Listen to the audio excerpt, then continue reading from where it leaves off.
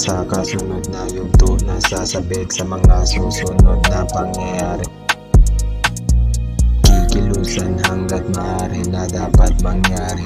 Sana'y maintindihan kapag sa inuman tinanggihan, kailangan na dapat gampanan ang obligasyon na dapat pagbigyan. Di pwedeng huli sa pangyayari lumagari, parate di alintanang ito'y aking magawa. Sa oras na tinakda sana'y makapahinga, sa pamilyang dulot ay saya na walang kaba, sa iba ay parang tanga. Lahat ay manalo, yun ay dinadasal ko para iwas away na pulot dala ay gulo.